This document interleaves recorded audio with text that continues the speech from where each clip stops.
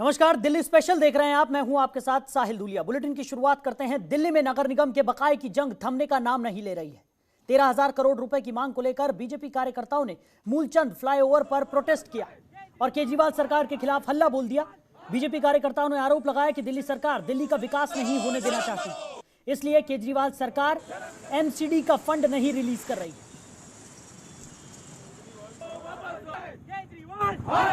केजरीवाल शर्म करो, शर्म करो, शर्म करो। पिछले 6 सालों से 65,000 करोड़ का बजट होता है दिल्ली सरकार का, जो जनता के पैसों से टैक्स इकट्ठा करके हम लोग उसको जनता की भलाई के लिए लगाते हैं। पिछले 6 सालों से थोड़े थोड़े पैसे उन्होंने केवल नाम मात्र के एमसीडी को दिए हैं और वो इकट्ठा होके हर साल के आज 13,000 करोड़ हो गए हैं। और 13,000 करोड़ की डिमांड के लिए हमारे यहाँ पे कई जगह पे प्रोटेस्ट चल रहे हैं। दिल्ली में युवा मोर्चा के कार्यकर्ता हर फ्लाईओवर पे, आज 200 फ्लाईओवर से ज़्यादा फ्लाईओवर्स पे हम लोग खड़े हुए हैं, जो एक बैनर लेके कि दिल्ली सरकार शर्म करो और हमारे 13,000 करोड़ वापस करो एमसीडी के तीनों निगमों के, जिससे कि पार्कों का रख रखाव हो सके, स्कूल के बच्चों की हम वर्दी दे सकें, उनको मिड डे मील दे सकें, जो सफाई कर्मचारी हमारे 2 लाख कर्मचारियों की तनख्वाह रुकी हुई है उनकी तनख्वाह दे सकें, हेल्थ कर्मचारियों की तनख्वाह दे सकें, दिल्ली का विकास हो सके।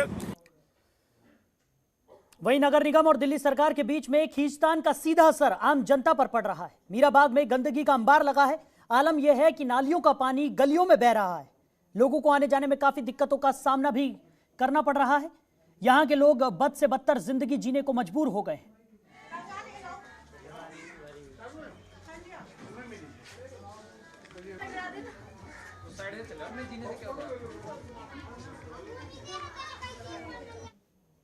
देखिए, 15 साल से एमसीडी में बीजेपी की सरकार है और आप देख लीजिए कि दिल्ली को गंदगी का ढेर बनाने में बीजेपी ने कोई कसर नहीं छोड़ी है। आपको खुद इस नाली के बारे में देखिए, आप देखिए 15 साल से ये लोग बोल रहे हैं कि यहाँ कोई आके झांका नहीं है। इस तरह से पानी भरा हुआ है, पानी नालियों में से बैक मार रहे हैं। हम मीराबाग में खड़े हैं, पश्चिम बिहार में, वार्ड 67N में, और यहाँ की जनता इतनी परेशान है इन नालियों के भरे होने की वजह से, इस कूड़े गंदगी की वजह से। नहीं, हम कोशिश तो करेंगे, उनको कहेंगे, कराएंगे, क्योंकि यहाँ की पब्लिक बहुत ज्यादा परेशान हो रही है। अब इतने परेशान हो गए हैं, वो कह रहे हैं कि हम तो थक गए हैं इनको बोल बोल के। सफाई कैसे होगी? सफाई जागरूक तो करेंगे ना, उनको जागरूक तो जरूर करना है। जागरूक करेंगे। मेन गली मैन ये सबसे मेन गली है, ज्यादातर बंदे इस गली से आना जाना ज्यादा करते हैं। और अभी इतना बुरा हाल है कि आज तो जुमा था, तो 15 साल तो हो गए सर, उसमें सफाई ना के बराबर होती है, बिल्कुल ही नहीं। वो जबरदस्ती लोग, अब मैं आपको वीडियो दिखा सकता हूँ कि लोग अपने हाथ से, बाकायदा गली वाले मोहल्ले वाले अपने हाथ से मलबा निकाल के नाले फेंक के आते हैं। वहीं तांडव वेब सीरीज को लेकर लगातार विरोध प्रदर्शन हो रहे हैं। महरौली में विश्व हिंदू परिषद और बजरंग दल ने मिलकर तांडव के खिलाफ विरोध प्रदर्शन किया। इन कार्यकर्ताओं ने वेब सीरीज के पोस्टर भी जलाए। इस प्रदर्शन की अगुवाई कर रहे विश्व हिंदू परिषद के जिलाध्यक्ष सुनील घावरी ने कहा कि हिंदू देवी देवताओं का अपमान किसी भी कीमत पर बर्दाश्त नहीं किया जाएगा।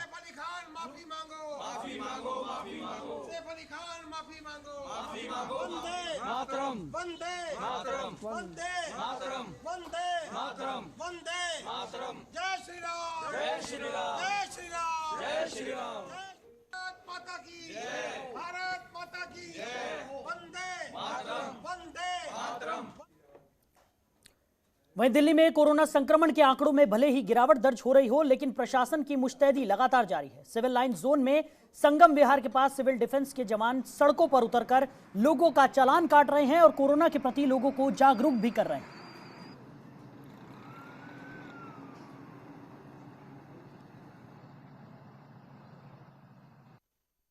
सर, जो बिना मास्क की गाड़ियां आती हैं तो उनका चालान काटते हैं हम।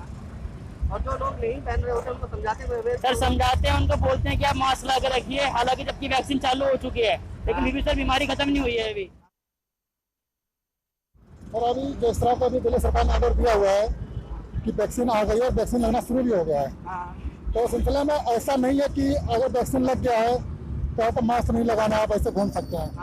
मास्क लगाना पूरी जरूरी है पब्लिक को, और ये अनिवार्य रूप से लगाना पड़ेगा, क्योंकि वैक्सीन तो अभी थोड़ा लगेगी और लंबे समय तक चल लगेगी, तो मास्क कहीं ना कहीं लगाना अनिवार्य है। तो अभी लोगों को आप कैसे समझा रहे हैं, कैसे जागरूक कर रहे हैं? अभी लोगों को बिना मास्क मिल जाते हैं हमें, तो उनको हम पकड़ते हैं, उनको रोकते हैं, समझाते हैं कि भाई मास्क लगा के चलो, बीमारी चल रही, कोरोना टाइम है, कई लोग नहीं मानते तो उनको बहुत जबरदस्ती करके समझाना पड़ता है। जो नहीं मानते चालान काटते हैं आप? हाँ, चालान बिल्कुल करते होगा, 70,000 चालान है उनको, 2,000 रुपये का दिल्ली गवर्नमेंट की तरफ से, और 2,000 का फाइन देना पड़ता है उनको। तो वहीं देश भर में कोरोना टीकाकरण का अभियान जारी है। पहले चरण में फ्रंटलाइन वर्कर्स को टीका लगाया जा रहा है, लेकिन टीकाकरण को लेकर लोगों में उत्साह नहीं दिखाई दे रहा। लोगों के बीच वैक्सीन के साइड इफेक्ट्स को लेकर भ्रम फैला हुआ है। जनतंत्र टीवी के पॉलिटिकल एडिटर अखिलेश मिश्र ने दिल्ली मेडिकल काउंसिल के अध्यक्ष डॉक्टर अरुण गुप्ता से खास बातचीत की। क्या कुछ कहा उन्होंने, सुनिए। देश भर में कोरोना टीकाकरण की शुरुआत हो गई है, लेकिन लोगों को जो उत्साह दिखाना चाहिए, जिस तरह से लोगों को बुलाया जा रहा है, लोग अभी भी थोड़ा सा डरे हुए हैं, उनमें भय है। इसी मुद्दे पे बातचीत करने के लिए हमारे साथ दिल्ली मेडिकल काउंसिल के अध्यक्ष डॉक्टर अरुण गुप्ता जी हैं। डॉक्टर साहब, सरकार ने बड़ी सफाई दी, कई बार बताया गया, सबने कहा कि वैक्सीन पूरी तौर पे सुरक्षित है, फिर लोगों में भय क्यों है? नहीं, भय तो एक फैक्टर है, उसके अलावा फैक्टर ये कि शुरू में जब ये टीकाकरण की तैयारी की गई थी, जब एंटीसिपेट किया गया था, तो ये माना गया था कि बहुत रश हो जाएगा, तो रश को कैसे हैंडल किया जाएगा, तो एक प्रक्रिया बनाई गई। उस प्रक्रिया में हर डॉक्टर को पहले रजिस्टर कराना है, उसके बाद आपके पास मैसेजेस आएंगे, उसके हिसाब से आना है। वो प्रक्रिया में मैसेजेस लोगों तक पहुंच रहे हैं, कुछ लोग आ पा रहे हैं, कुछ लोग नहीं आ पा रहे हैं, तो एक फैक्टर तो ये भी है, क्योंकि वॉक इन नहीं है कि जो भी आके लगवा सके। दूसरा फैक्टर ये भी कि चलो कुछ मीडिया में या लोगों में खबरें फैली थी कि वैक्सीन के बाद में इसको रिएक्शन हो गया, वो रिएक्शन हो गया, जो कि धीरे धीरे निकल गई दिमाग से, क्योंकि वो जो रिएक्शंस होते हैं बहुत रेयर हैं और वो किसी भी वैक्सीन में हो सकते हैं, कोई तो खतरनाक रिएक्शन वाली बात नहीं है। दोनों वैक्सीन जो भारत में लग रहे हैं, दोनों पूरी तरह से सेफ हैं, तो मुझे लगता है कल वैक्सीन काफ़ी ज़्यादा लगे हैं, तो धीरे धीरे पिकअप कर जाएगा। डॉक्टर साहब, जो मेडिकल कर्मी हैं, जो आप कहते हैं जिन्हें फ्रंट लाइन वर्कर्स कहते हैं, जिनको बाकायदा जिनकी सूची बनी थी, उसमें से लोग भाग जा रहे हैं, उनका विश्वास बिल्डअप नहीं हो पा रहा है। मैंने वही बताया ना कि शुरू में जब ये मतलब लोगों में 100 लोग रोज बुलाना है, आप मैसेजेस करते हैं, एक पर्टिकुलर स्लॉट देते हैं, तो कोई स्लॉट पे अवेलेबल है, कोई स्लॉट पर नहीं भी अवेलेबल, एक कारण ये भी है। दूसरा, आपने पक्का ये बात भी ठीक है, कुछ लोगों में शंकाएं थी, और जो स्लॉट में डॉक्टर्स के अलावा स्वास्थ्य के भी वर्कर भी हैं, फ्रंट लाइन वर्कर्स भी हैं, तो कुछ उनके मन में भ्रांतियां थी एक वैक्सीन को लेकर के, कोवैक्सीन को लेकर के थी कि भाई टाइम से पहले दे रहे हैं, कैसे दे रहे हैं, सही है कि नहीं है, तो पर वो धीरे धीरे चीज़ें दूर होती जा रही हैं। आपने देखा है हर अस्पतालों में बड़े बड़े डॉक्टर्स वॉलंटरी आके वैक्सीन लगा रहे हैं, तो उसका प्रभाव पड़ रहा है, और मुझे लगता है वैक्सीन आगे वाले दिनों में स्पीड से लगेंगे। एक आखिरी सवाल है डॉक्टर साहब, अब जब प्रधानमंत्री ने खुद कहा है कि वो वैक्सीन लगवाएंगे लोगों में विश्वास बढ़ाने के लिए, तो क्या उसका कोई प्रभाव दिखाई देगा जब सभी राज्यों के मुख्यमंत्री लगवाएंगे, प्रधानमंत्री लगवाएंगे?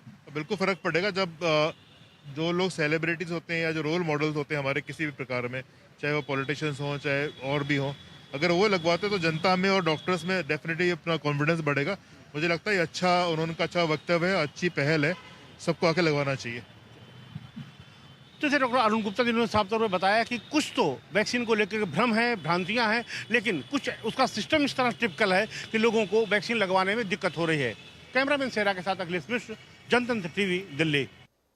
तो दिल्ली सरकार स्वच्छ भारत अभियान के जरिए भले ही स्वच्छता पर जोर दे रही हो, लेकिन इसकी जमीनी हकीकत कुछ और ही है। दिल्ली सरकार के तमाम आदेशों पर अधिकारी पलीता लगा रहे हैं।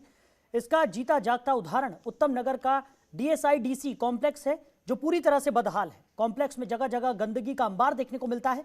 बिल्डिंग पूरी तरह से जर्जर हो चुकी है। इलाके के विधायक ने भरोसा दिलाया है कि जल्द ही यहां की व्यवस्था दुरुस्त होगी।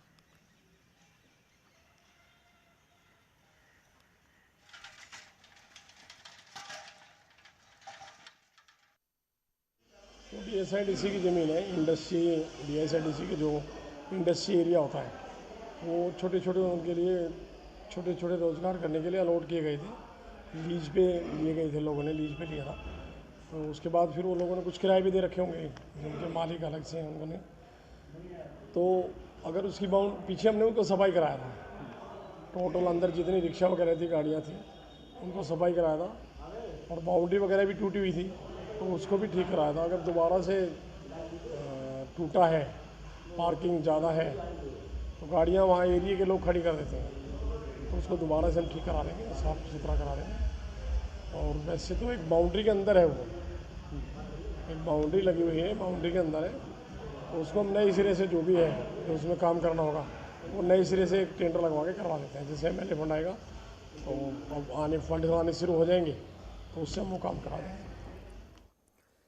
वहीं दिल्ली सरकार झुग्गियों में रहने वाले परिवारों को घर दिलाने के लिए कोशिशों में जुटी हुई है। इसी कड़ी में जनता के लिए 9,315 फ्लैट्स तैयार किए गए हैं, जिनका जल्द आवंटन कर दिया जाएगा, जिसके लिए सीएम ने दिल्ली सरकार के मंत्रियों के साथ समीक्षा बैठक की। ये रिपोर्ट देखिए। अरविंद केजरीवाल सरकार दिल्ली के इलाकों में झुग्गियों में रहने वाले परिवारों के पुनर्वास के लिए बेहद गंभीरता से काम कर रही है। सीएम अरविंद केजरीवाल के निर्देश पर डुसिब ने विभिन्न इलाकों में आवंटन के लिए 9,315 फ्लैट तैयार कर लिए गए हैं, जिसके लिए सीएम ने मुख्यमंत्री आवास योजना के तहत बनाए जा रहे फ्लैटों की प्रगति के संबंध में आयोजित समीक्षा बैठक की। सीएम अरविंद केजरीवाल ने कहा कि मुख्यमंत्री आवास योजना दिल्ली सरकार की प्रमुख योजनाओं में से एक है। उन्होंने अधिकारियों को निर्देश दिया है कि चिन्हित झुग्गियों में रहने वाले परिवारों में तैयार 9,315 फ्लैटों के आवंटन की प्रक्रिया शुरू करें। दिल्ली सरकार ने लोगों की सुविधा के लिए बनवाए 9,315 फ्लैट्स। दरअसल मुख्यमंत्री आवास योजना के तहत झुग्गियों में रहने वाले परिवारों के लिए कई चरणों में फ्लैट बनाए जाने हैं। अधिकारियों ने कहा है कि A1 चरण में 9,315 फ्लैट आवंटन के लिए पूरी तरह से तैयार हैं। इन फ्लैटों में 14 झुग्गियों में रहने वाले परिवारों को स्थानांतरित किया जाना है। इन परिवारों को तैयार फ्लैटों में शिफ्ट करने की तैयारी भी शुरू कर दी गई है। अधिकारियों ने कहा कि 73 मलिन बस्तियों के लिए 28,910 फ्लैट बनाए जाने बाकी हैं। इस पर काम भी शुरू कर दिया गया है। इसके अलावा डुसिब एक अलग श्रेणी में 19,060 फ्लैटों का निर्माण भी करेगी। तैयार किए गए फ्लैटों के बारे में कहा गया है कि A1 चरण में 3 स्थानों पर फ्लैटों का निर्माण किया गया है, जिसमें भालसवा जहांगीरपुरी में 7400 फ्लैट बनाए गए हैं, जो 7 JJ बस्तियों में रहने वाले परिवारों को आवंटित किए जाएंगे। इसी तरह सुल्तानपुरी में 4 झुग्गियों के लिए 1,060 फ्लैट और बवाना में 3 झुग्गियों में रहने वाले परिवारों के लिए 855 फ्लैट बनाए गए हैं। फ्लैट सिर्फ 8 लाख रुपए कीमत होगी। गौरतलब है कि मलिन बस्तियों में रहने वाले परिवारों के लिए 3 चरणों में 89,400 फ्लैट बनाने का निर्णय लिया गया है। पहले चरण में 41,400 फ्लैट बनाए जाएंगे, दूसरे चरण में 18,000 फ्लैट बनाए जाएंगे। वहीं पहले परिवारों को 2 चरणों में बने 59,400 फ्लैटों में शिफ्ट किया जाएगा। उनकी पारी के बाद खाली होने वाली भूमि तीसरे चरण के तहत 30,000 फ्लैट बनाए जाएंगे। 3 चरणों में फ्लैटों का निर्माण 2022 से 2025 तक पूरा किया जाएगा। डुसीब द्वारा बनाए जा रहे ये सभी फ्लैट बहुमंजिला होंगे। जिस एजेंसी को फ्लैटों के निर्माण की जिम्मेदारी सौंपी जा रही है, उसे अनुबंध के 24 महीने 31 मार्च 2023 में निर्माण कार्य पूरा करना होगा। कुल फ्लैटों की अनुमानित लागत लगभग 3,312 करोड़ रुपए है और प्रत्येक फ्लैट को बनाने में लगभग 8 लाख रुपए खर्च होंगे। परिवारों के पुनर्वास के लिए दिल्ली सरकार लगातार उचित कदम उठा रही है। सरकार की कोशिश है कि कोई भी परिवार बिना छत के ना रहे और हर किसी को मूलभूत सुविधाएं मिले, ताकि दिल्ली वासी एक अच्छा जीवन जी सकें। ब्यूरो रिपोर्ट, जनतंत्र टीवी। वहीं दिल्ली में आम आदमी पार्टी की महिला कार्यकर्ता ने सनसनीखेज आरोप लगाया है। यह आरोप खुद पार्टी के पदाधिकारियों पर लगा है। मामला मीडिया में सामने आया तो अब पार्टी पदाधिकारी उल्टा महिला कार्यकर्ता को झूठा साबित कर रहे हैं। इस रिपोर्ट में देखिए क्या है पूरा मामला।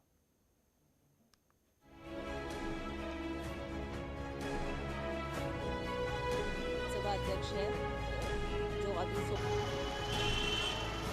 मैं पार्टी में काम कर रही हूँ, लेकिन मेरे साथ बहुत बदतमीजी हो रही है। 2-2.5 साल से मुझे बहुत प्रताड़ित किया जा रहा है मेरी ही पार्टी के पदाधिकारियों द्वारा। 2018 दिसंबर में मेरे साथ बलात्कार की भी कोशिश की गई। जो हमारे विधानसभा अध्यक्ष है जो अभी सोनू सिंह जी, उनके द्वारा इस घटना की जो सूचना है मैंने अपने विधायक श्री सोमदत्त शर्मा जी को बताया।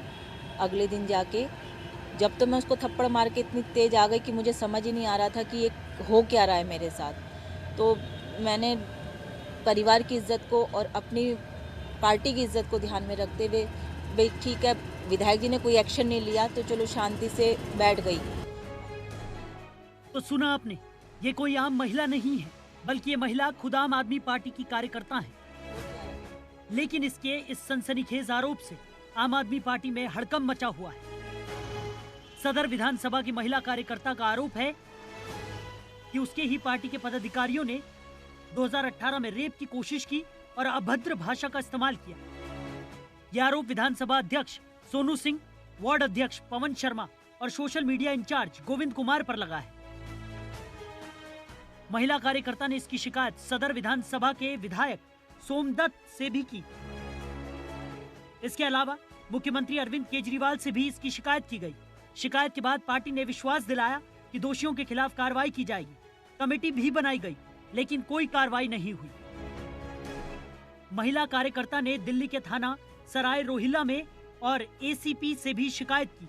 10 दिन बाद एफआईआर दर्ज की गई, लेकिन वहां भी महिला को खाली हाथ लौटना पड़ा। अब पीड़िता मीडिया से न्याय की गुहार लगा रही है।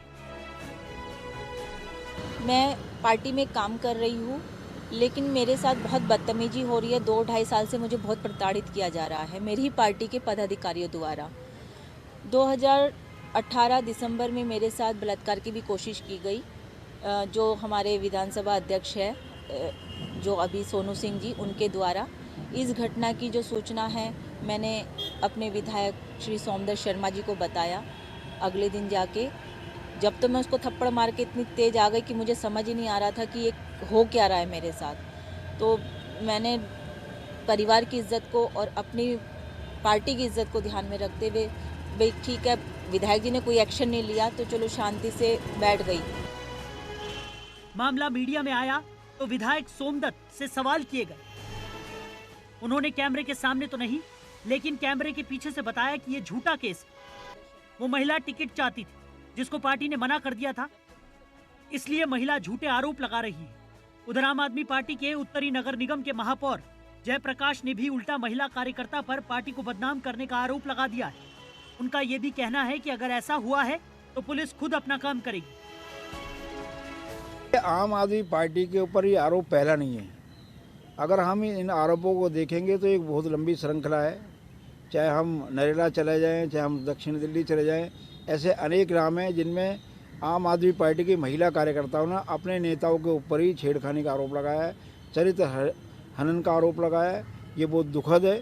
जब हम सार्वजनिक जीवन में काम करते हैं और सार्वजनिक जीवन में जब हम काम करते हैं तो सभी भाई बहन मित्र दोस्त साथी मिलकर साथ काम करते हैं। अगर वहाँ महिला अपने आप को असुरक्षित समझेगी तो इस घटना की बहुत निंदा करता हूँ। और आम आदमी पार्टी से मैं निवेदन करता हूँ कि आपकी पार्टी में जितने भी ऐसे लोग हैं जो कि राजनीति के चरित्र को बदनाम कर रहे हैं, उन सबको पार्टी से बाहर निकाला जाए और सब पे कानूनी कार्रवाई होनी चाहिए।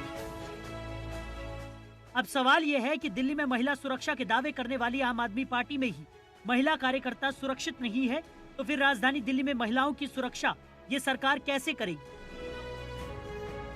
जनतंत्र टीवी के लिए दिल्ली से शहनवाज खान की रिपोर्ट। खबरों के निष्पक्ष विश्लेषण के लिए सब्सक्राइब करें Jantantra TV and press the bell icon. Never miss any update.